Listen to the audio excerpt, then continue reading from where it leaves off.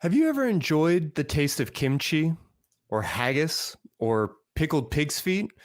Or maybe listened to bagpipe music or nu metal or Mongolian throat singing? While some of these ideas may disgust you, they truly are another man's treasure. It turns out that disgust is not just some innate biological reaction, but a conditioned cultural response. Religion tends to hijack that emotion by telling us what we should be disgusted by. Things like taboo foods or menstruation or people having sex the wrong way. By teaching us to feel disgust towards things that we are naturally driven towards, and then conveniently offering us absolution, the pattern of sin and forgiveness can keep us locked in a cycle of religious thinking. How else might we think about or interpret these physical sensations, such as the fear of the Lord or a peace that surpasses all understanding? Well, we want to talk about it. So give us a call, because the show is coming right now.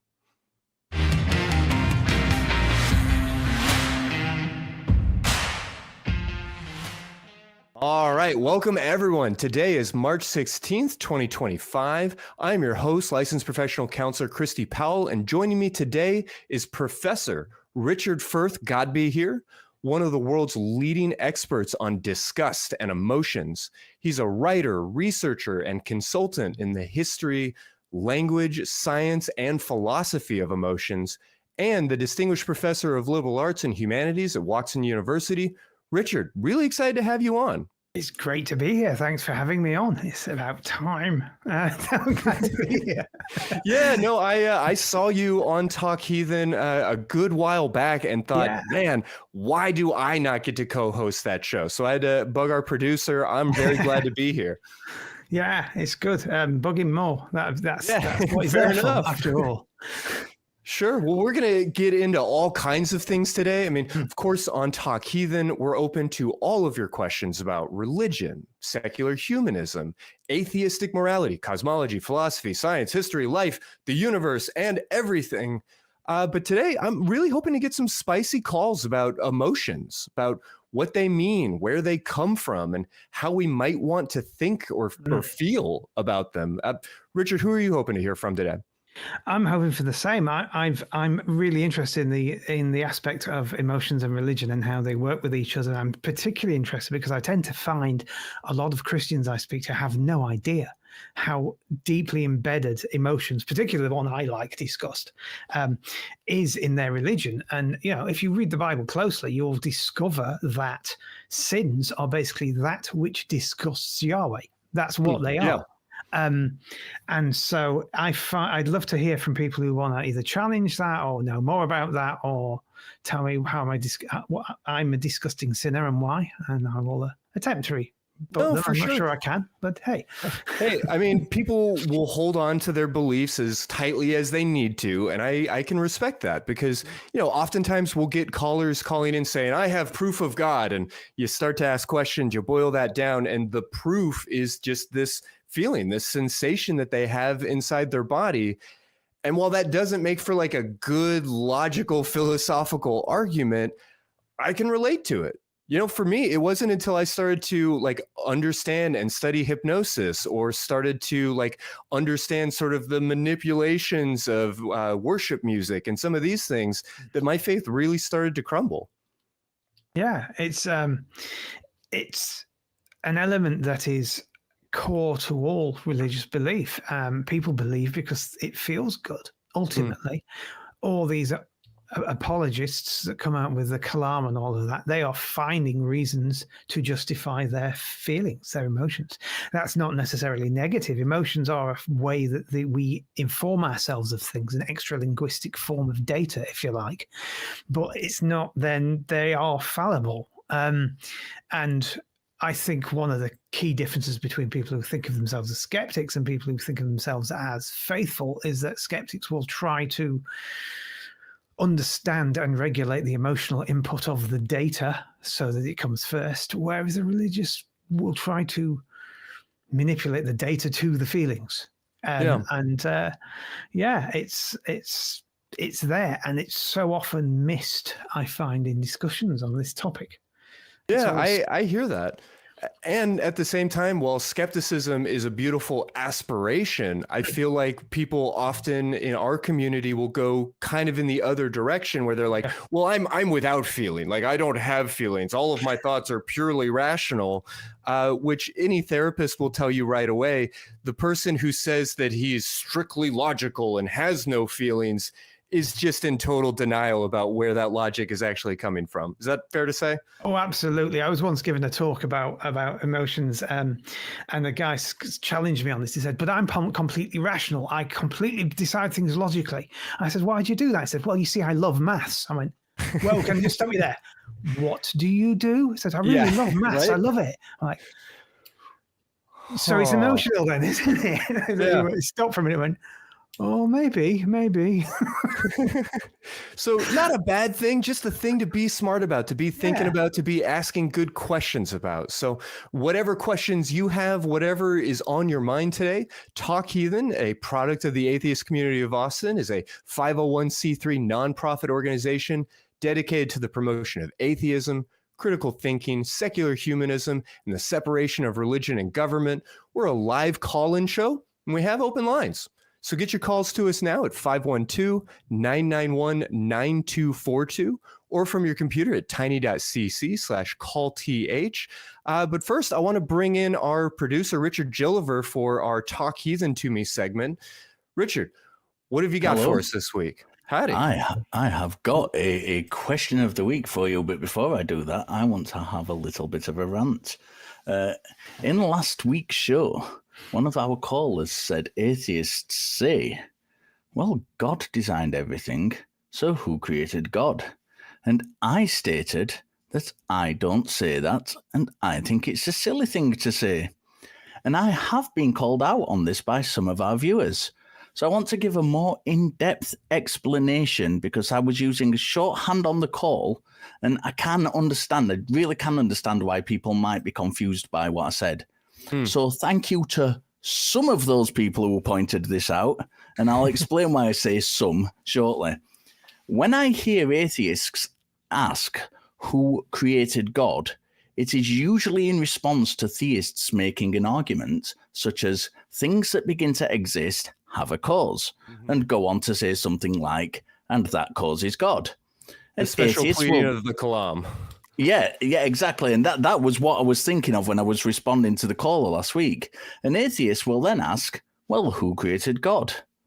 When the theist says God don't need to be created, atheists will then say that the theist is special pleading. But here's the problem with that, and this is what I was alluding to. More often than not in this scenario, the theist will either explicitly posit God as a necessary being or implicitly imply this. And when they do that, they are separating the categories into contingent things, which is those things that are caused by something else, and necessary things, those things that must exist and don't require a cause.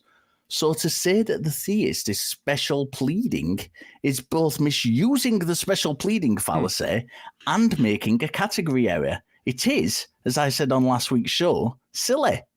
And now, as a majority of our viewers are terribly good-looking and immensely intelligent, when I have explained this, when I have explained that I was using shorthand, they understood, thanked me for my clarification, and moved on. However, there have been a couple, and you know who you are, and let's call them bellends, that even after I have explained this, have gone on to insist that I was still wrong. One accused me of removing his comments, which I didn't. One accused me of not having the nuts to admit I fucked up. I have got the nuts to admit that when I fuck up, but I didn't. And the fact is, those people don't understand the argument.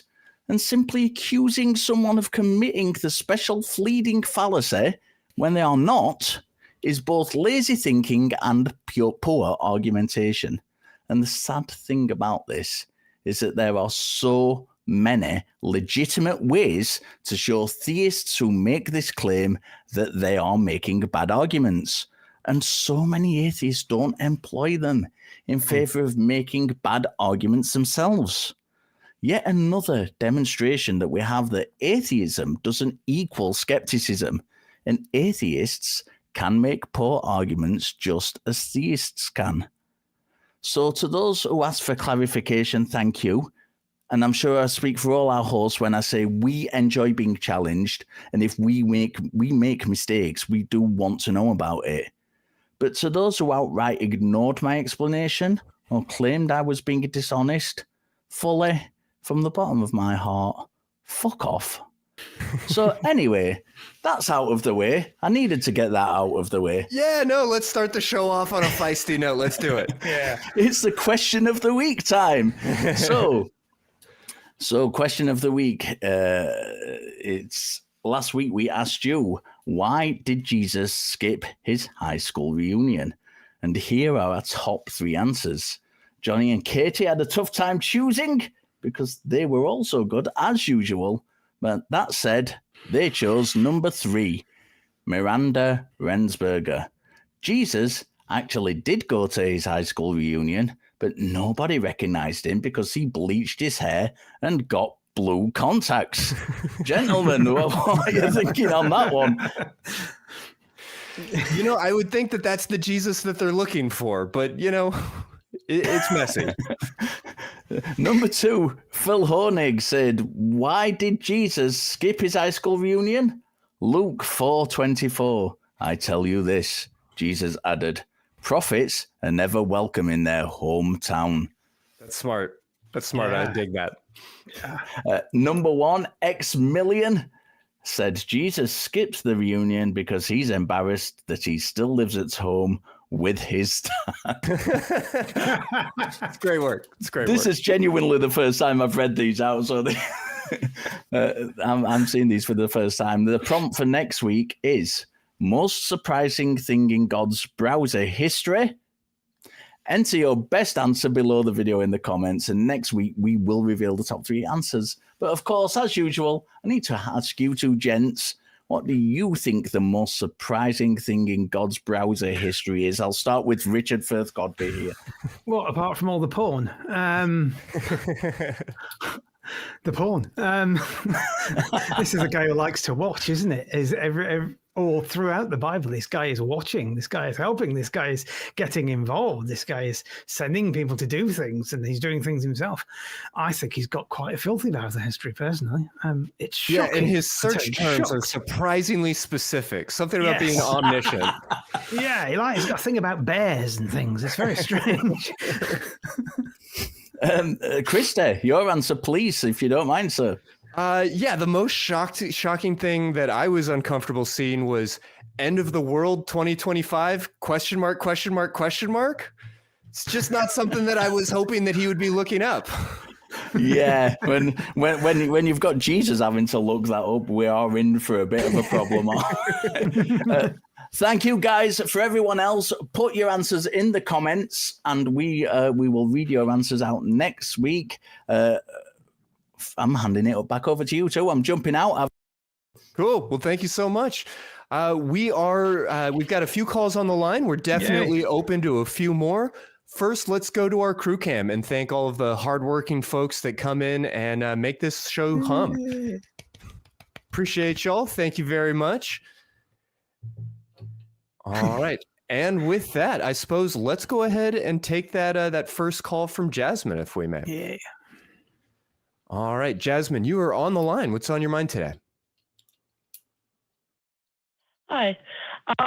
Well, I've seen a lot of studies on religion and mental health that shows a little bit of a protective factor to it, but there isn't a lot of studies that appears on atheism and mental health. So I was wondering if I could get your guys' opinion on that topic. Yeah, I mean, I guess the question kind of becomes, should it be prescriptive? You know, if we see certain correlations between religious belief and well-being or other like psychological measures, does that mean that we ought to be religious? For me, it kind of comes down to the question of, is it true? Is it real? You know, if it makes me happy, do I want to believe it even if I know that it's not factually accurate?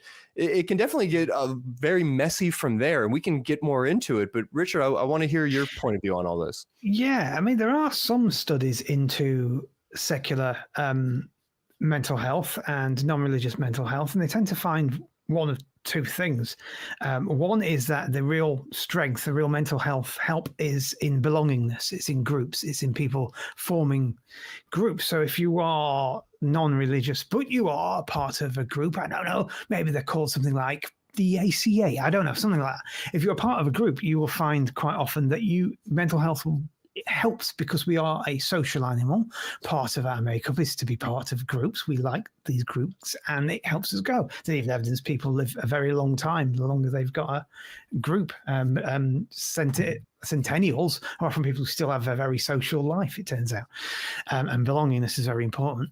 And the other is that maybe if you come across people who have left religion quite early on, mental health can suffer for all sorts of reasons, which tends to be part of the breaking of that group, tends to be fears about beliefs they can't let go of, like hell and things like that. And it is a process. So that's why places like Out There can help with that sort of thing as well, if you're struggling with that. So there are some studies done, and also there are some studies out there that suggest that religion isn't the be-all and end-all for good mental health anyway. Just ask any Scandinavian where they have very little religion, but some of them have pretty good mental health.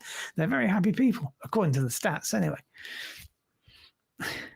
Yeah, I think there may also be something of a selection bias in these populations, because if you are in a religion and it is making you absolutely nuts and ruining your life by telling you that you're not supposed to love the person that you love, or by telling you that you're not supposed to do the things that you enjoy, you might be tempted to leave that religion. And so, there's a sort of sorting bias to all of this.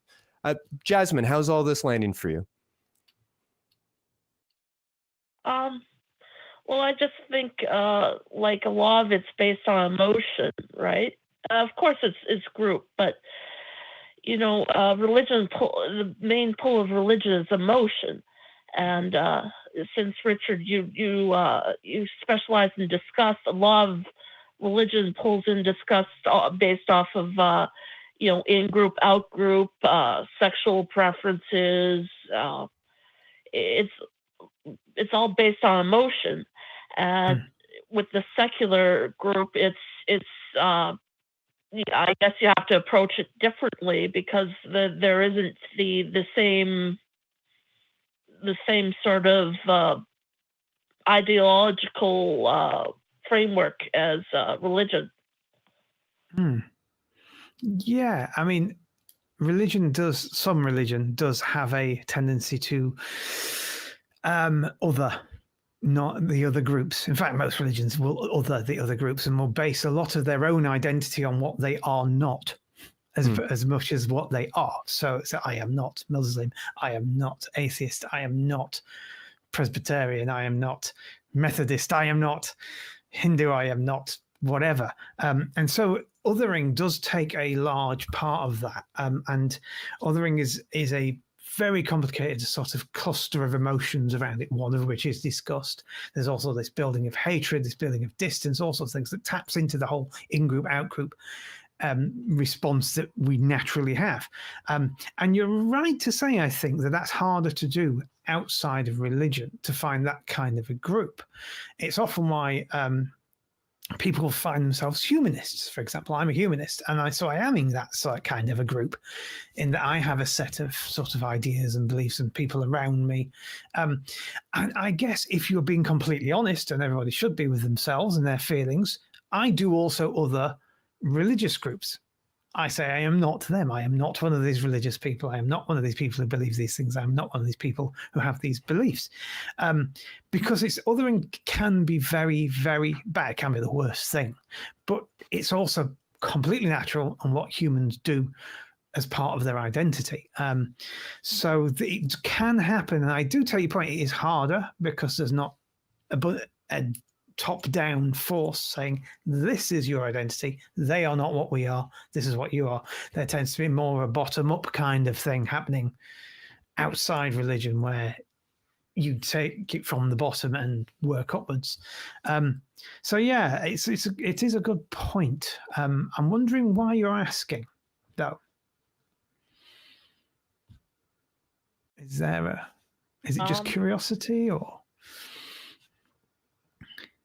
Well, yeah, I mean, I've always been sort of, well, I think a lot of atheists don't quite understand some do, but they don't quite understand the emotional pull of religion.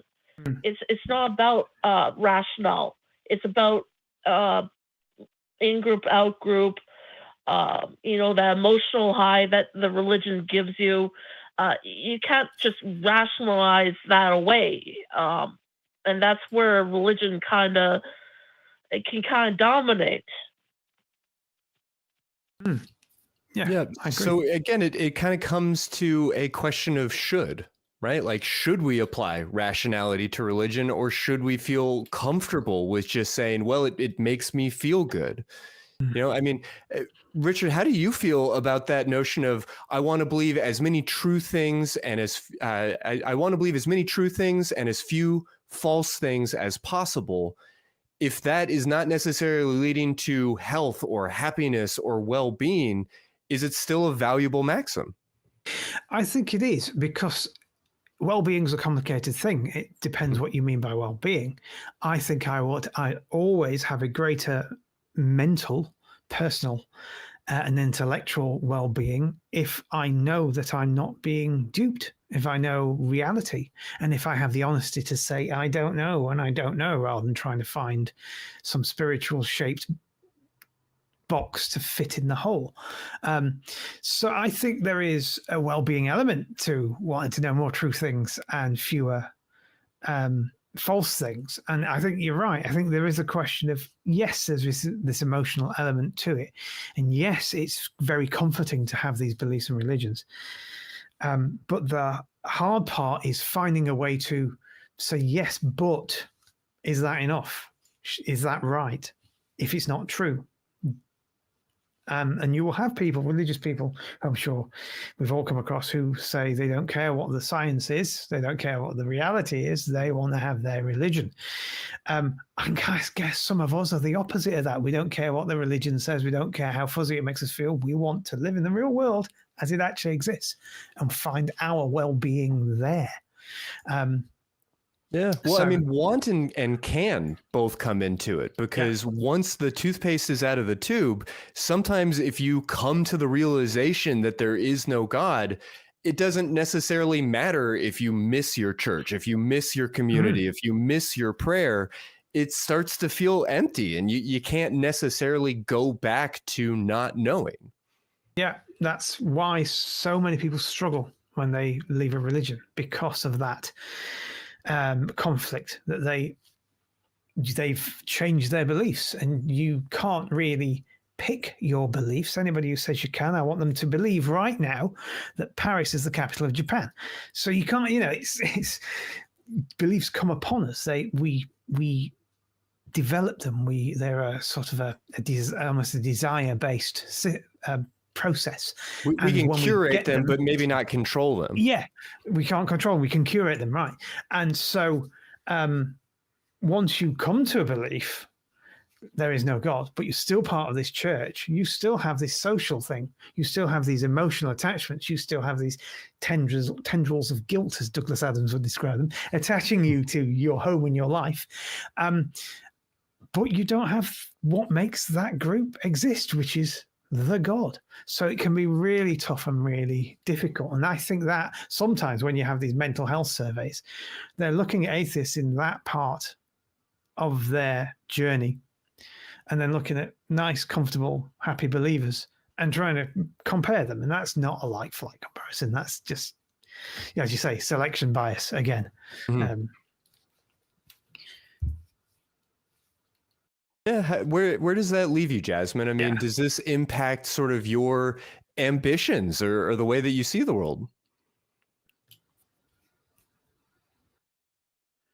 Well, I mean, reality testing, of course, is very important for mental health. But there is something to be said for a protective or a sort of naive viewpoints, because sometimes you need a buffer between you and the world and you and sort of the brutal facts of the world. Yeah, no, I very much get that. I mean, hyper rationality, hyper vigilance, and hyper skepticism, and questioning everything all the time, always, is exhausting, and I think far from healthy.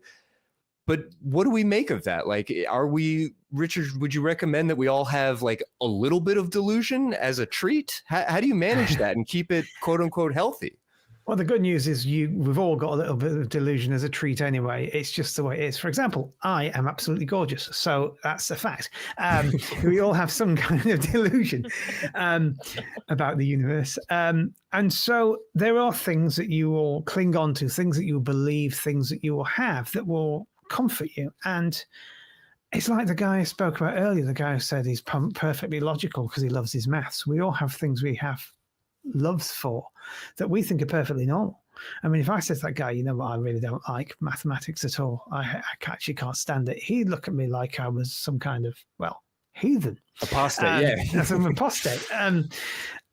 So we do all have these things that we cling to, that we that help us buffer these things. And it's hard for anybody to, people will try to claim that they don't, and obviously that's their delusion. Half the time, the delusion is that they are perfectly rational. People out there, if you want to come at me in these calls, go for it. But yeah, it's that is a common delusion of the, if you like, the skeptical community, that no, I'm perfectly rational. I don't have anything. I'm always seeking the truth. Well, good that you're seeking it, but don't tell me you know it, because that's where your delusion comes from. Does that make sense? Yeah. The other thing I kind of think is, unfortunately, secular rationalism doesn't, it doesn't give the same emotional high as religion can, whether that's through group, whether that's through Schlossel, or just, through prayer, meditation, and whatever other religious practice that brings that addictive emotional high, I'd call it. Yeah, I mean, I very much appreciate that. But, you already used the term addiction. It's worth pointing out that, sitting on a mountainside on a beautiful day and meditating on all of existence and witnessing the clouds rolling across the sky and feeling that bliss isn't necessarily the same emotional high as taking ecstasy or heroin. Is it better? Is it worse? I mean, it is the same, but it isn't, for a lot of the obvious reasons. And I think some of the maybe negative side effects or consequences of those reasons might be what makes religion a dangerous thing, or a thing to be careful about. Is that a fair comparison? Me? Yeah, please. I think so. Yeah. Jasmine, go ahead. Right. I think you've got a point. I didn't think about it, but addiction, a lot of people use religious rituals to break addiction. And a lot of the legacy treatments are based off of religion. So I'd love to hear your guys' opinion on that. Yeah, I mean, I just want to jump in very quickly by saying that, like, the 12-step model and AA is something I've railed against many, many times on this show, and I can't help but wonder what other types of rituals or treatment programs or things we might have if we lived in a country where there was like state support and funding for that type of treatment, rather than just giving everything to AA and similar organizations. But, my axe to grind aside, Richard, how does that question land with you? I equally have serious reservations about the 12-step program. Just we'll not get into things like the recidivism rates and how just generally awful it is. But yeah, I've heard people who've gone on a secular version of it, where they just replace things like, you know, the part where they say you got to accept there's a higher power, except the higher power in that version isn't a god, it's your biology. You have certain peptides and proteins, and they make you behave in a certain way, and your brain is a certain way, and understand that that's there and that will always be there. You know, it's the way you're made up by nature, and so you have to find a way to deal with it. Which I think, I've not seen the data, but I feel like that is a better way to go through, because you're not sneaking something through the back door. You're giving them good science and the reality of it, that most addicts, they're addicts. That's what they are. It's a biological issue. It's, you know, it's like people who overeat. We now know, because there's drugs that can treat it, it's a particular set of peptides that stop you from ever feeling hungry. And you can get those peptides and you can lose weight real fast. And if you understand that that's the higher power, it's your genetics. I like that idea, but I am not a fan of the religious thing. I don't like anything where they're not being honest to what they're doing. And I'm genuinely believe that 12-step program is a proselytizing conversion program first, and a alcohol treatment program second. It's I'm not a fan. Yeah, and as you kind of alluded to earlier, a lot of the maybe benefits of AA are things like community, like ritual, things that might be part of a religious system, but that don't require a God belief. Like, we can form community, we can have ritual, we can have these sort of stepwise programs towards change and health and growth without bringing in magical thinking.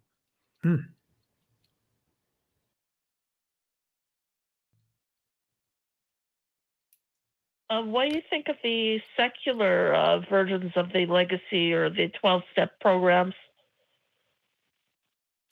I mean, we're talking about a very broad number of things. So there are all kinds of different secular programs, none as big or well-funded as AA or some of these other things. But, you know, I'm generally in favor. I don't work in addiction treatment, so I don't want to get too far out over my skis, but I do want to point out that there is some very problematic issues with the way that we fund these programs and the way that we are not necessarily concerned about recidivism just from a capitalistic standpoint. And so there is a lot to be, I don't know, anxious or maybe even angry about when we look at the state funding and the influence of religion and some of these other aspects to it. But broadly speaking, I do think that secular treatment is not only very possible and functional, but it's existing everywhere right now, and we're seeing good results relative to.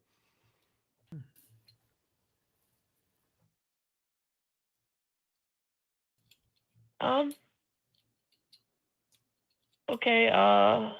Well, I mean, addictions is really hard. If anybody had any good answers, you know, we would have, you know, addictions all over the world.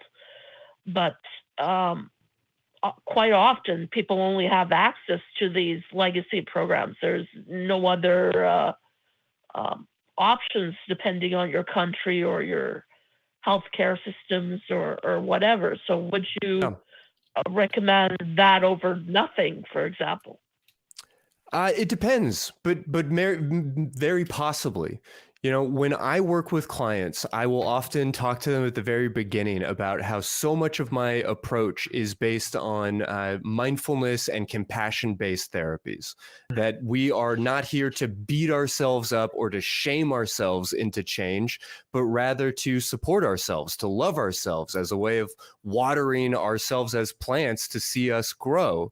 And when I work with a client who is involved with a 12-step program, I'll often mention that, you know, we may be at counter purposes. You may be hearing or seeing things in that program that don't necessarily line up with what I understand to be good science or with what I understand to be good practice in a counseling situation.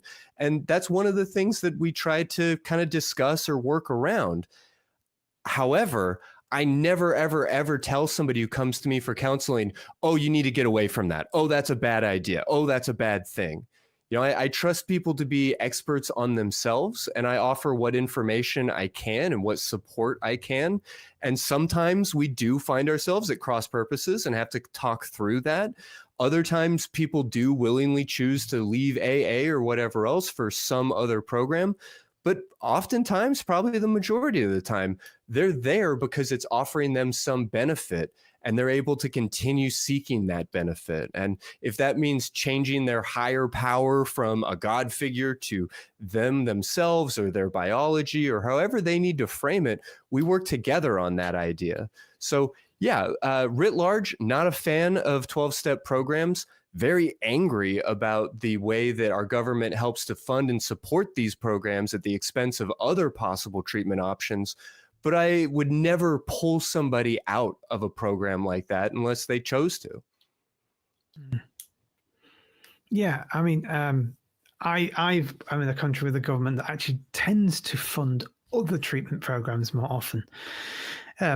It's a strange set of affairs when I live in a country where our head of state is also the head of a religion, and we seem to be a lot less religious. But we have things like cognitive behavioral therapy and those sorts of things are, if you go through our NHS, that's where you'll be taken. That's where they'll send you. They'll send you to things like CBT. And I'm a big fan of CBT because I understand that it's basically modern stoicism. And I'm a big fan of stoic. In fact, I would call myself a stoic, a modern stoic, and learning to understand emotions and regulate emotions and know what's beneficial and know what works and all that kind of area, and how to manage your feelings and manage your addictions and manage your impulses and drives, I think is a better way to go than the 12-step religious program. And that's what usually we do here. It doesn't mean we don't have AA programs funded here as often. It's just, I think the choice where the money goes, especially recently, tends to be in the hand of medical experts more than politicians here, maybe. What a thought. What a world. Yeah. So it tends to go where it should do. And I think that will happen more due to events I won't comment on, but just happened to our NHS, and it's a very positive one, I think. So it's going to make that even better. It's going to make the experts be even more frontline on where the money's going and how it's being spent. So yeah, maybe you could adopt that over in the US. What do you think? Would that we could. Yeah. Would that we would. That does not seem to be the direction that we are heading in now. As they talked at the top of the show last week, you know, there's a lot to be concerned about. This is one small piece of the lack of separation of church and state that we are seeing in our government, and it seems to be encroaching even further. Yeah.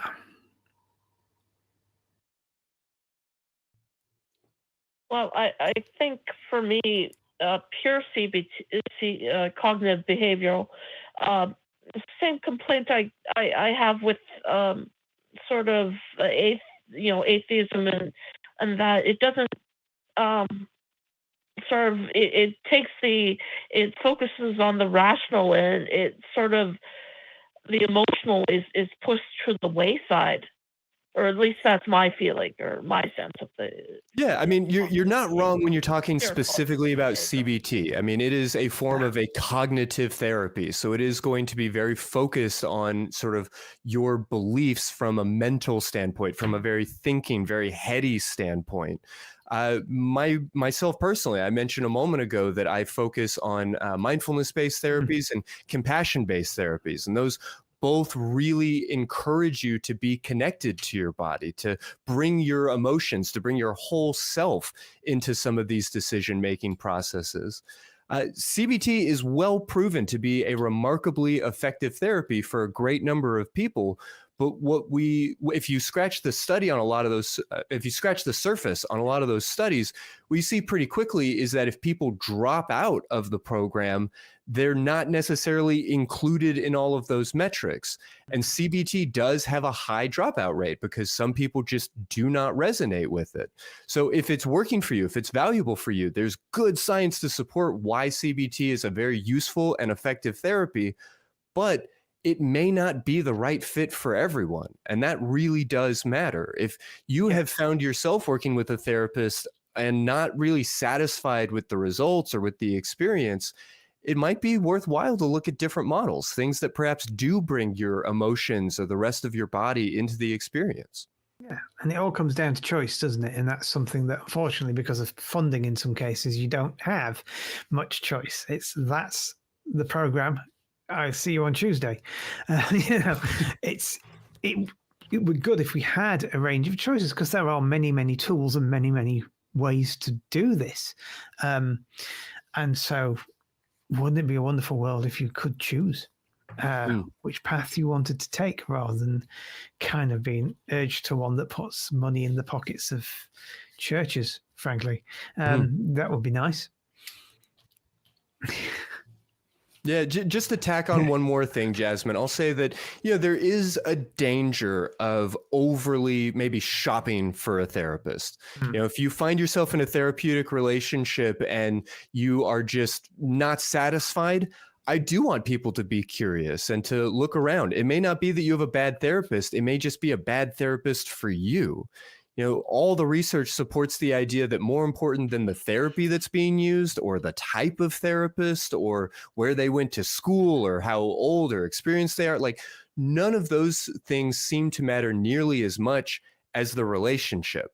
And if that relationship doesn't feel right, I do encourage people to shop around, to ask good questions, to try and find a better fit, while also just wanting to say that if you are never sticking it out, if every time things feel a little bit stuck or a little bit uncomfortable, you're bailing, and now you've had 4 or 5 sessions with 4 or 5 different therapists, that might be the time to kind of sit back and ask yourself, should I stick this out? Should I continue despite some discomfort? But again, finding the right therapist for you is an incredibly important thing to keep in mind while we're going through these healing journeys.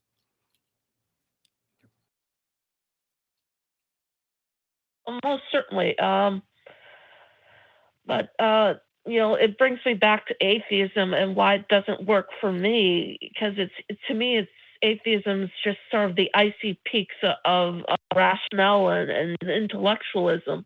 It doesn't, to me, address my emotional needs, at least in my perspective. Yeah. Yeah, I definitely don't think that it has to be that way. I can appreciate that those have been your experiences. And so I might encourage you to dig a little bit deeper, to look in some different directions. Like, yes, it breaks my heart on a certain level to realize and recognize that I will never get to meet my grandmother again in heaven. That, some of these promises of a God that is always with me aren't true, and that I don't necessarily get to have those emotional experiences. And I wake up every morning and maybe I feel tired and I want to go back to sleep and I want to be grumpy about it. And I remind myself, no, wait, this is my life. This is the present moment. This is the only one that I'm going to get. This is the only time I'm going to be here. And I choose to bring my whole self to that. And I choose to find joy and find bliss in all of that. And I can very much do that from an atheistic perspective. Atheism is just the answer to that singular question. Is there a God? Yes or no? And even that question, we can have a lot more nuance in our answers than just yes or no. But ultimately, atheism doesn't tell us how to feel. It doesn't tell us what's important. It doesn't tell us how to live. It might have some suggestions, perhaps, as a community and as a body of work and all of this, but you get to define your atheism, should you choose to, in any way that you want to. And you can find the beauty and the joy and the emotionality of it all in a number of different spaces.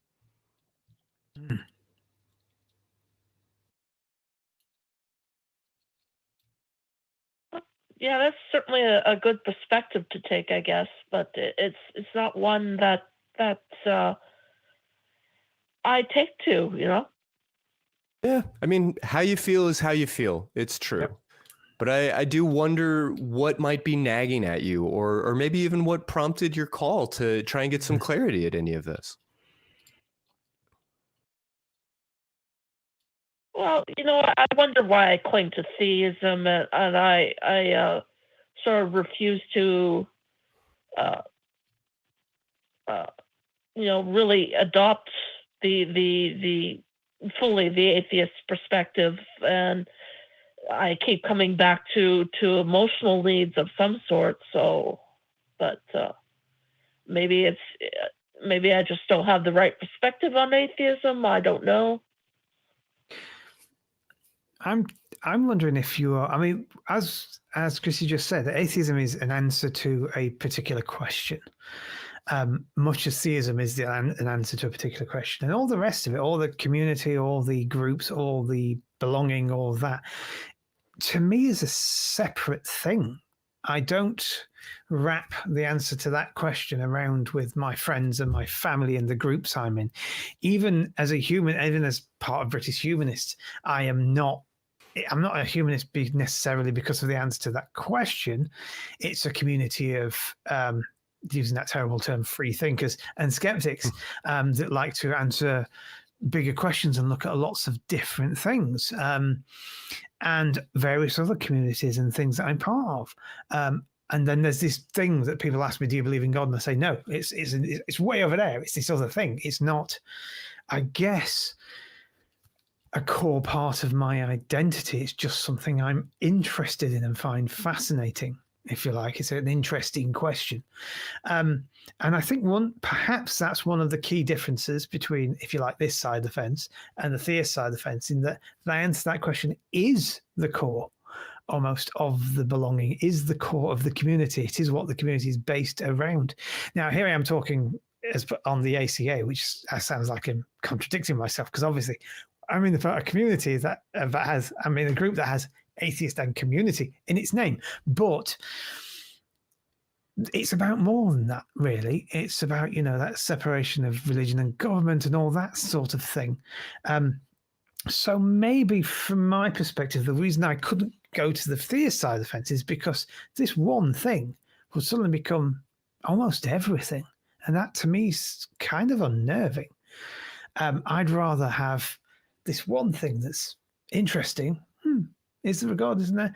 And then everything else that's my community, that's my belonging, that's my mindfulness. You mentioned earlier about religious practices, and you mentioned meditation. I meditate. So I meditate and I do yoga, hence the lithe, thin and muscular body. So it's, you can still do all these things. You can still have this connection with your inner self and with the world and with groups. It just kind of becomes a question, a bit of, I want to say a bit of fun, but a bit of an interesting thing to think about rather than the core of your identity, if you see what I mean. That's what my side, from my view of this, is, if that makes sense. Yeah, atheism's, I'll give you that. Atheism's definitely interesting. That's why I have a sort of a fascination with atheists, but for whatever reason, I just kind of adopt it, and probably because it does form a good part of my identity. Atheism, I'll give you that, is certainly fascinating. Yeah, from the atheistic point of view, if you will, the experiences that you have in religion, in church, in, prayer, or any of these moments are not supernatural experiences. They are things that can be created within your own body. They are sensations, they are emotions and thoughts and feelings that can exist without the supernatural. They are perhaps being caused by standing in a beautiful stained glass church and singing in harmony with a community of people, or they are things that are caused by being deep in the prayer closet and meditating on pieces of scripture or on, great world issues and things along those lines. It's possible to have all of those same experiences without God, without a irrational belief. And I would argue that it's a a cleaner high, to borrow that metaphor, or a way to achieve those things without also bringing in all of the baggage that might come along with a bunch of like 2,000-year-old poetry written by goat herders in another part of the world. There's so much that we can value about religion without having to buy into it.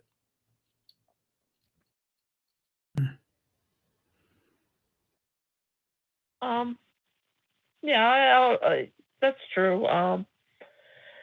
But I guess buying into it just gives you that much more, I want to say salient feeling, or Sure. much more complete feeling. Yeah.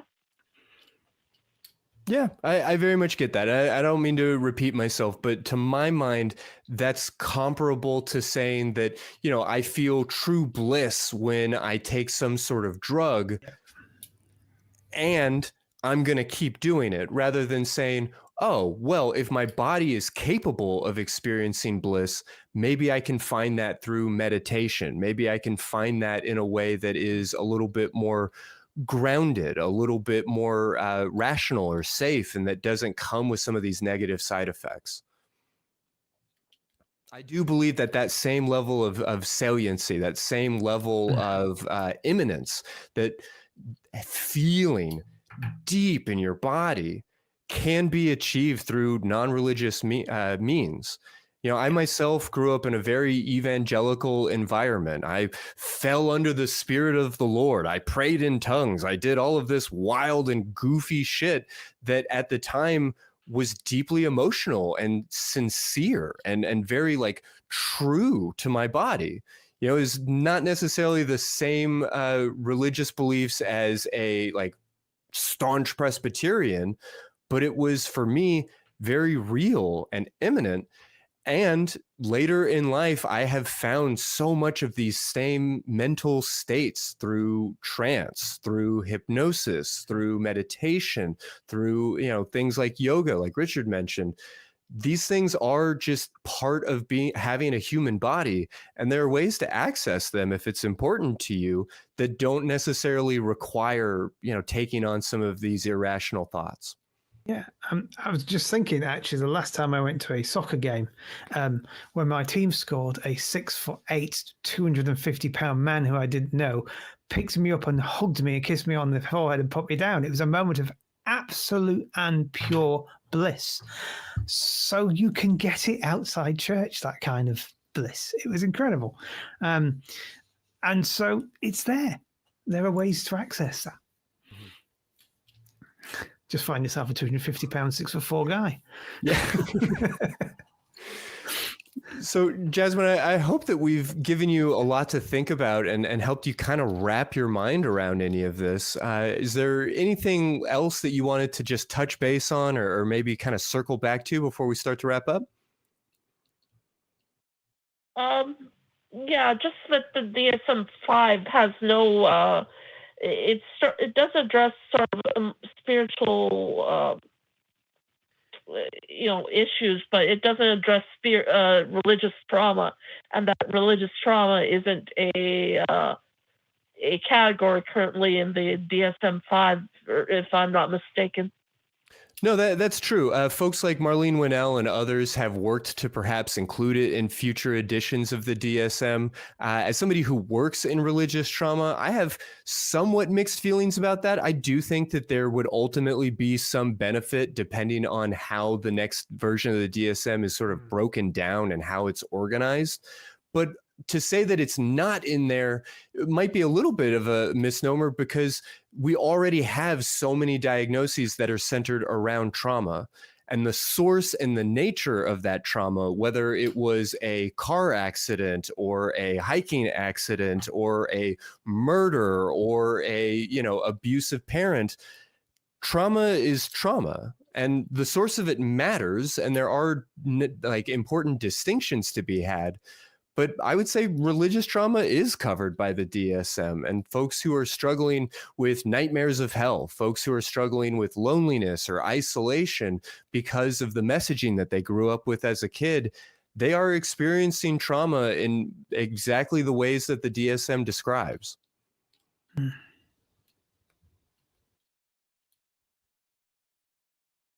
Okay, thank you. I think that's all my questions. Great. Beautiful. Well, I really appreciate you taking the time to share all of this with us and to, consider some of these points of view. I think our goal here has not been to try and like force a particular thought in your direction, but to help you understand that you can live a beautiful, happy, healthy, connected life with community and bliss and deep emotion and true sincerity without having to buy into any sort of magical thinking or irrational God belief. And I hope that that information is just helpful moving forward. Thank you so much for giving us a call. Thank you. Thank you.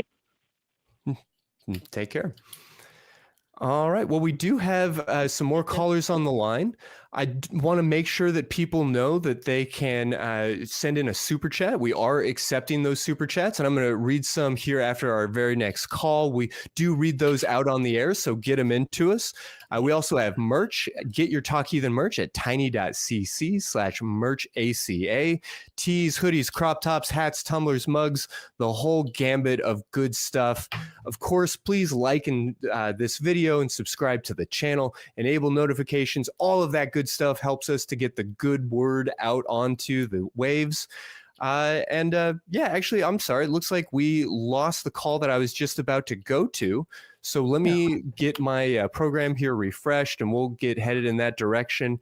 In the meantime, Richard, how did that call kind of land with you? What does it leave you thinking about when we consider the rationality of happiness and delusion and magical thinking? Like what's the should or ought in any of it? I think it's an interesting example of how people will cling to the thing that gives them joy within religion. I think it was refreshingly honest. We didn't get any kalam. We didn't get any morality as God is the source of man. We got trying to convince us of why this has to be. Yeah, we got. I understand your view, but I can't because I feel this way, which is, I think, what really is the core of most belief systems. And I can understand that it's hard to let go of any community. It's hard to let go of any group of people that you know. Ask anybody who's moved countries, who's got a big friend group in the country they used to be in.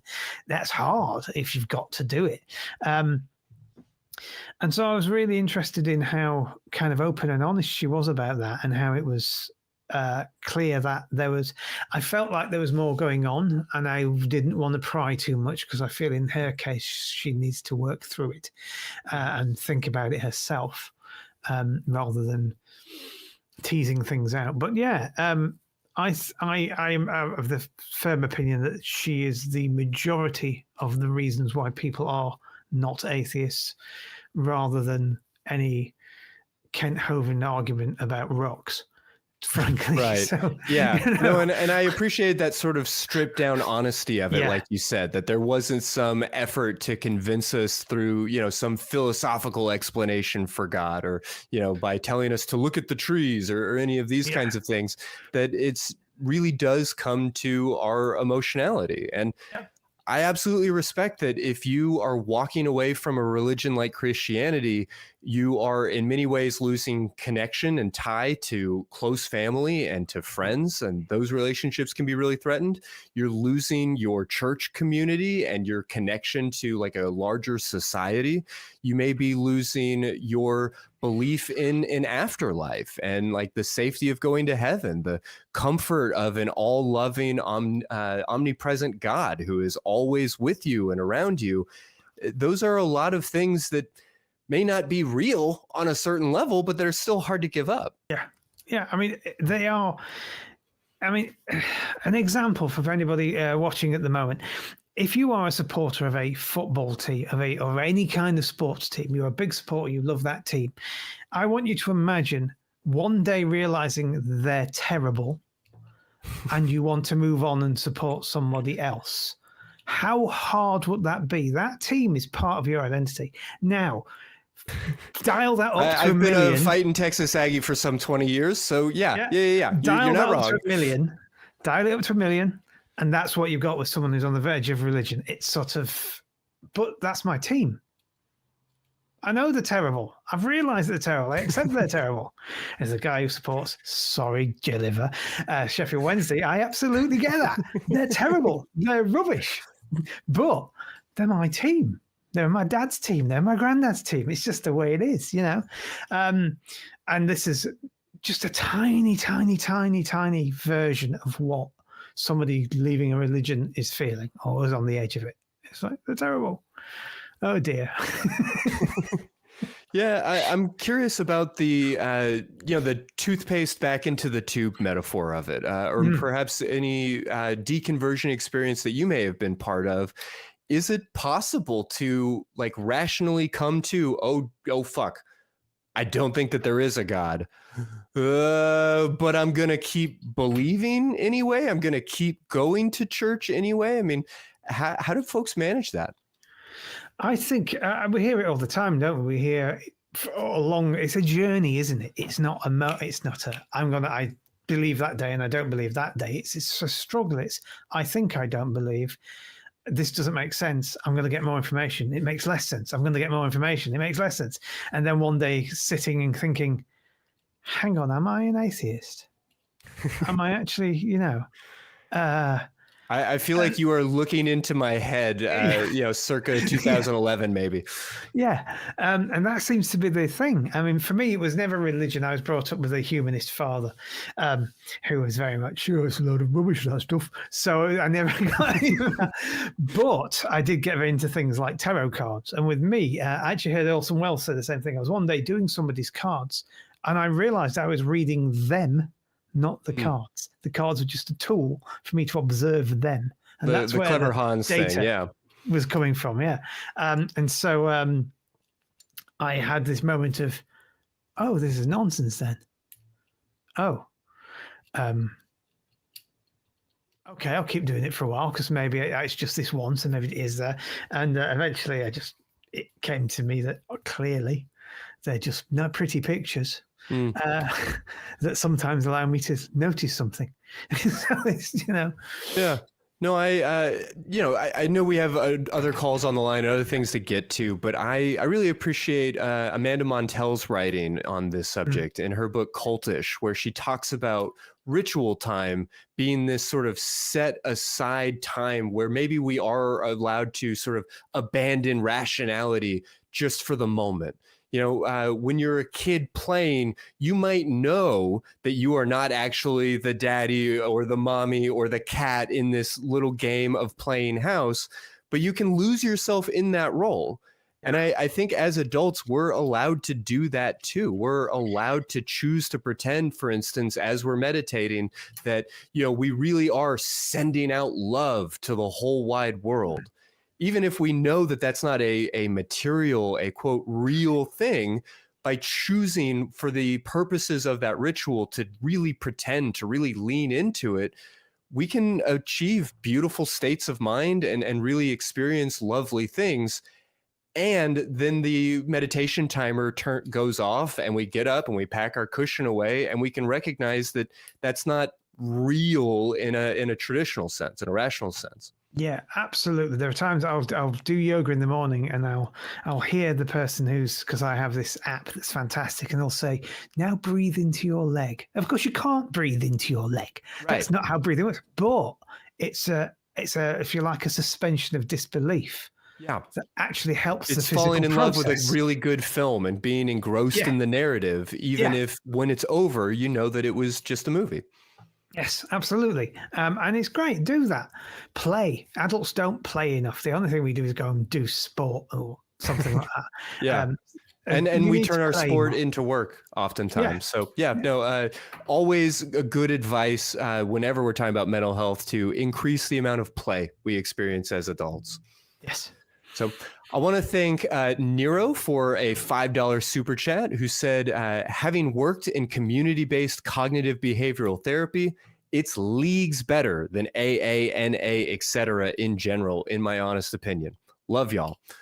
Yeah, good tips. Glad some of that we were talking about resonated. And I apologize. The next caller that I had pulled up also we're having some trouble. So I'm going to touch base with our crew and see if we can't get some of that straightened out. But yeah, Richard, with everything that we've been discussing here, I want to be careful about giving advice or trying to like force a worldview on anybody. But is there a should or a supposed to, or maybe a moral ought to how we look at the world, to what we allow ourselves or maybe choose to believe, or maybe the beliefs that we curate but can't control? I mean, there's the old mantra that we use quite a lot in our corner of the world of try and find out as many true things as you can, and leave as many false things behind. I think is quite a good mantra to live by, because it's always struck me well, even in the moral level, because as far as I'm concerned, a true thing is that it is a morally good thing to be inclusive and open and check your heart and make sure you're not stepping down on somebody and just be a good person, is a truth, because it makes your life better and makes everyone else's life better. So how can that be wrong? That's kind of the mantra I would live by, if there's any. It's, try to find out what is true and try to have the honesty to say, I don't know, when you don't know. Sometimes you may be able to find out. Other times, maybe nobody knows. In which case, and this is really strange, I know, for people who are religious. When I find out nobody knows something, I get even more excited because maybe one day we will. Won't that be amazing? There are lots of mysteries out there that are, there are more things in the universe than are dreamt of by your theology. There really are. So embrace that. Embrace this search for truth. It's a great way to be. And so, that's so seek for truth, but again, as an aspiration, not a destination. Hold it loosely when you find it, I suppose. Yeah, and enjoy it and find the joy you can from it, because when somebody shows me the latest image from the James Webb Telescope, I feel fantastic. It's like the roof of the Sistine Chapel, except it's the universe. How amazing is that? Yeah. So we've talked about yoga and meditation. We also kind of touched on the idea of different drugs and things along those lines. Are there things that sort of reliably encounter some of these more profound experiences of truth, joy, bliss? I mean, whatever it is that we might be looking for from a religious faith tradition. What do you mean by reliably encounter? Do you mean? Yeah, no, fair question. I guess in the last call, we were talking about sort of the saliency of going to church and feeling God. And, it might not be every single week, but I know that if I have this ritual of going to this room where all of these people are playing guitar and they're all singing together and they're repeating the chorus for the 10 millionth time, and we're all sort of like really getting into it, I know that that's going to cause some sort of emotional stir in me, and that I can sort of reliably encounter God or bliss or whatever it is that we might be seeking. And I do know that outside of religious communities, we lose some of that. We don't as often get to have those types of experiences, or maybe they're available, but our culture doesn't do as good of a job of supporting them. Yes, you're right. It doesn't do the job it should. And I think it comes down to that place. It comes down to, there are things out there. There are ways you can have these moments of ritual. We are a ritual animal, as they say. We are very much an animal that thrives upon repetition and thrives upon gatherings and thrives upon meeting and doing things. That's why 5, 6, 7, 10,000 years ago, our ancestors did incredible things with very large rocks in order to create this sense of community. It's kind of deep inside, and you lose it a bit when you lose a church, but it doesn't mean you have to. There are things you can do. I mean, I know people who their community is the gym. They go to the gym every day, and I know somebody who said the gym literally saved their life. They stopped drinking. I think it was Henry Rollins called it the Iron Cathedral. Yeah, so things like that, and there are other things. People get into enthusiasms, everything from go out and make a movie with some friends, play Dungeons and Dragons. There's all sorts of rituals out there that you can be part of. there's just nothing quite as central and organized and efficient as the church. You kind of have to seek it for yourself. It's on you to find your ritual and become part of the group and become part of it. And I suppose that's the hard part. If you're a part of a church, if you move to another part of the country, you find a church, you're there. Straight away, you're back in the new community. Whereas if you move and you're not religious, you've got to do some seeking. But you know what? Make the seeking part of the fun. Make it part of the journey. Enjoy it. Go out there, find these people, meet new people, get a new group. It's all possible. The problem is it's a little harder. And another thing humans are genetically and disposed to do is seek the easy path. So, do these things. I nearly turned into Jeff Case then and said, do these things not because they're easy, because they are hard. But I'll avoid that. But you know what I mean? Sort of find things. They're there. There's all sorts of things you can do. Chess. Do you like chess? There'll be a chess club near you. I guarantee it. Go join them, Yeah, I mean, I suppose sort of the good thing, but that's really the bad thing about religion is that compulsory element to it. Being told by your parents, being told by your community, this is what you ought to do, pushes you into something. And that's so much of what we're kind of fighting against in a lot of ways as secular humanists, as atheist activists and volunteers. But it does mean that when you leave religion, you're just sat on your couch. And if you want to go and find something, there's not a whole lot pushing you or maybe compelling you to go on that adventure until you choose to, until you willingly embrace those opportunities. And, I talk to a lot of folks who are sort of wrapping up maybe their time with religion.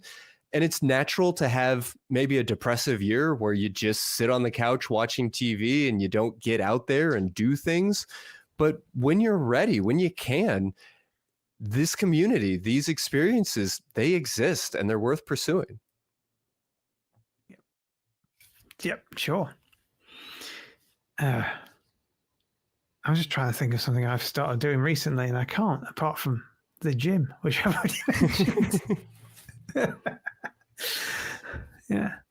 But yeah, it's, I think... It's something actually, to be fair, sorry, my fellow atheists, but we do downplay things like religion quite a bit, like ritual quite a bit. Like we kind of think, oh, well, that's the thing that they do. But nah, we should still do it.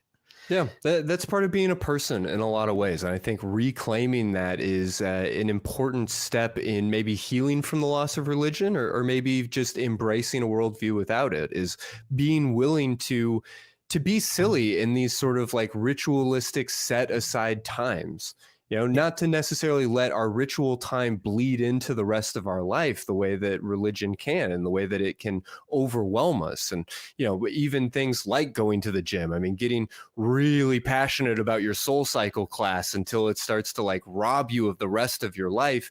Yeah. Sure, there are always dangers of falling in too deeply to these things. But having a ritual, having it be set aside from ordinary life, keeping it in its appropriate box, but also embracing everything that happens in that box is, I think, very much part of a healthy life. Yeah, absolutely. And that's kind of the point I was making earlier, that the rituals within my life are different to the rituals that you'll get from things like in religion, because they aren't the center of my life. They aren't everything. They're just something I do. So, yeah. Yeah. Well, so we are still having some trouble with the phones. I want to take a moment and check out a voicemail that was left here at the ACA. Before I do, I want to thank Miranda Rensberger for her $10 donation, saying, I just don't understand how a person can keep believing in something just because they want to without any evidence for it. But I do understand why you might want to stay in a religious group for connection. I do and I don't get that, because, I think that everything we believe is because we want to on some certain level. But I don't know. How do you respond to that, Richard? Yeah, we believe, I said earlier, try and believe that Paris is the capital of Japan. At a level we definitely definitely, the caller earlier, she was definitely somebody who wanted to believe. She just had issues and fascination and questions, and it's it's hard to choose a core belief. It's very, very, very hard to choose that. They kind of, if you lose a belief, it kind of it loses you. Like I say, one day you sat there and you realize, hang on, that's not the case anymore. I don't believe that anymore. Oh, now what? Cup of tea? No, I mean, that's how it was for me. Is I basically came to the realization that there probably was no God, and within a few months it was like, no, there's like almost definitely not a God, and I told nobody. I didn't mention it to my wife for a solid year. I wanted to be very, very intentional before letting that cat out of the bag. After I told her, it was probably another year before I told my best friend. You know, fast forward 5 years from there, and I am this religious trauma therapist, atheist activist, like out here blaspheming with you find people as often as I can. So, you know, you can hold on to those things, but not for long. The truth eventually outs oftentimes. Well, let me take a quick moment to thank our top 5 patrons. These are the folks who have donated at tiny.cc/PatreonTH. You could be one of them. You can join this elite group. Our number 1 patron is Oops All Singularity. Number 2, Dingleberry Jackson. 3, Kalevi Helvetti. 4 being Brian Zupke. And number 5 is J.A. Calton. Our honorable mention this week is Mark Lagusker. Thank you so much for all of your support. And I want to encourage everybody who's listening to consider whether or not they'd like to support us on an ongoing basis, patreon.com. And with that, let's go ahead and check out that voicemail that we got left.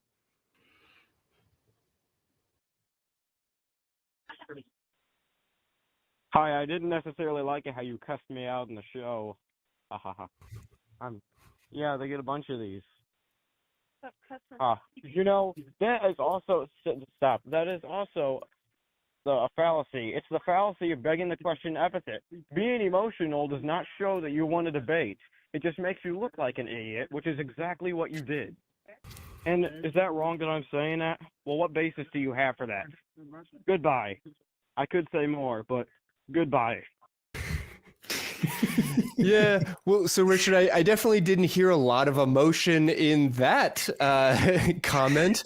It does raise interesting questions. We try to approach these conversations with rationality without being overwhelmed by our emotions, but I suspect that the way the atheist community thinks about emotion is not always super in line. Like we talked earlier about how people can say that they're rational without necessarily being. I don't know. How do you put any of this together for us? Oh, I just that call was quite amusing to me. There's an emotion of joy and curiosity speaks there. But yeah, it's very hard. People who are skeptics and free thinkers and atheists, they like to think of themselves as rational beings. I have used my mind, I've used my rationality to answer something, because for some reason they put emotion in this camp of being wrong and evil and bad, when it can be if you let it get away from you. But the trick is to not let it get away from you. There are ways, mindfulness, all sorts of different ways of understanding and looking at yourself. We mentioned cognitive behavioral therapy earlier, which is kind of that. There's stoicism. There's all sorts of techniques that allow you to understand what your emotions are and when they're useful. And so, for example, if somebody is insisting on willfully misunderstanding a philosophical argument, I think it's only right to cuss them out on it. Because you are using your emotion in a positive way. And that is to make a demonstration of the frustration that the willful misunderstanding is causing. You see what I mean? So it's the argument there, the call there was saying, oh, you lost your argument because you completely, totally got angry, and that means you lost the argument. And it's not necessarily. Sometimes you're just frustrated that somebody's not listening, and you need to make a point. And the only way to make that point, the quickest way to make that point, as Frank Zappa famously said to Congress, is to use a rude word rather than try and explain it in 50. So, yeah, anger has an energy and emotions have a place. And anyone who thinks that an emotion means you've lost an argument or emotion is not a part of a discussion or a part of an argument, maybe, but it's always there. And without it, why are you making the argument anyway? If you don't emotionally invested in something, why would you care? Yeah, I hear that. And I mean, honestly, this question isn't even from today's discussion. It's just something I've wanted to ask you for a very long time. And I'm going to take advantage of the fact that I have a microphone here and a little bit of your time. But, you know, as we're talking about sort of separating emotion and thought and thinking and beliefs and all of these things, is there a true and meaningful biological maybe distinction between a thought and an emotion? Or do they exist on a spectrum? Are they really the same thing to different degrees? This is a very contentious and very interesting question. That's interesting. The main question is how we categorize things. Because one thing that science does very, very well, and psychology is really good at it, is sticking things in boxes that have no right to be in a box. We just create these instrumental boxes in order to understand something. Now, if you're saying, is it possible to separate cognition and emotion? The answer scientifically is definitely no. People like Antonio Damasio and other researchers have shown that making a decision without the input of emotion is nigh on impossible. The example I give is, imagine you, those Star Trek nerds out there, salute. Imagine you are a lieutenant. Sorry, I nearly went English then. To command the data, you have no emotions at all, and you are presented with 10 ice cream flavors. They are all nutritionally identical. They just taste different. And you say to data, pick one. How on earth does he pick one without an emotional input? He can't have a favorite. He can't enjoy one more than another. All he'll do is look at ice creams until he explodes. It's like boom, and everything's like that. Which seat you sit on the train, where you like to be on when you fly somewhere, your favorite bar, your favorite everything, the answers to the big questions of life, the universe, and everything, all have this same component where emotion plays a role in your decisions. Now, whether cognition and emotion are different things, that's where it comes down to definition, because you have to say, what is an emotion? And an emotion is something that we defined in about 1900 as this particular type of feeling, this particular type of information, as opposed to other feelings we have. So, for example, here's a good question. Why isn't hunger an emotion? It's a feeling you have internally and it makes you want to do something. So why is it not an emotion? Well, because we decided hunger goes into this category called drives, and joy, for example, goes into this category called emotions. Before that, we had all sorts of other things. We had things like the affects, which are things that you think and then feel, and we had things like the passions, which are things you feel and then think about. You see, there's two different things. And if you think about it, they do exist. There'll be things that you're thinking, oh, I don't like that. And there'll be things you immediately go, oh, what's that? Those two different, but we don't categorize them as different things anymore. It's all boxes. So I'm getting there. I'm getting into it. Yeah. Calm down. Is cognition just one box, an emotion another box, and they are separate things? That's where the debate is. We know they're intertwined. We know they work together. And we know they both provide information. For me, emotion is a form of non-linguistic cognition. It's a way of gaining data about ourselves and the world that isn't about words. It's just about feeling things. And it is what most non-human animals use to navigate the world. your cat might know a few words and a few commands, or probably not, your dog might, but your cat might know a few words and commands. But most of the time, what they do is they feel things. They feel hungry, and they hear you wake up, and they feel a drive to go around your ankles and say, please go, can you feed me? And express affection. They haven't thought, I'm going to go upstairs now, I'm going to express affection. They are using this kind of non-linguistic data information to do something. Now, is that cognition or not? I'm going to leave that to everybody to argue. Yeah, but I mean, arguably, it's more taxonomic than it is like biologically distinct. Yes, yeah. So it's is emotions a form of cognition?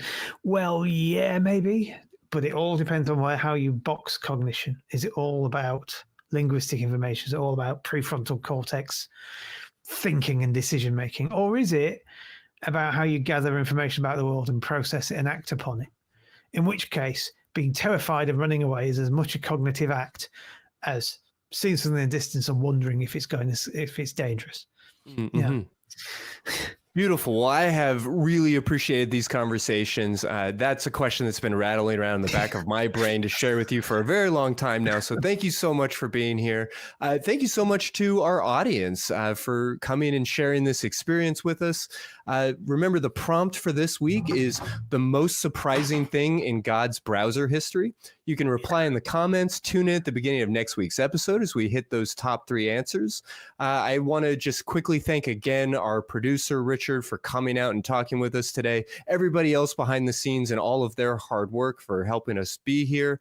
And with that, let's go ahead and share some love rings and send out some love to everybody who has joined us, to everybody who is maybe questioning their religion and their belief system, questioning maybe their own emotions and their own experiences of the world. And encourage people to join us if you're watching this live at tiny.cc/ACD Discord, where we'll be having an after show where people will be able to get their questions in without any phone issues. Beyond that, I guess I'll just say, if you don't believe, this is your community. And we appreciate you being here, helping us form community, one of the most important aspects of healthy human life. If you do believe, we don't hate you. We're just not convinced.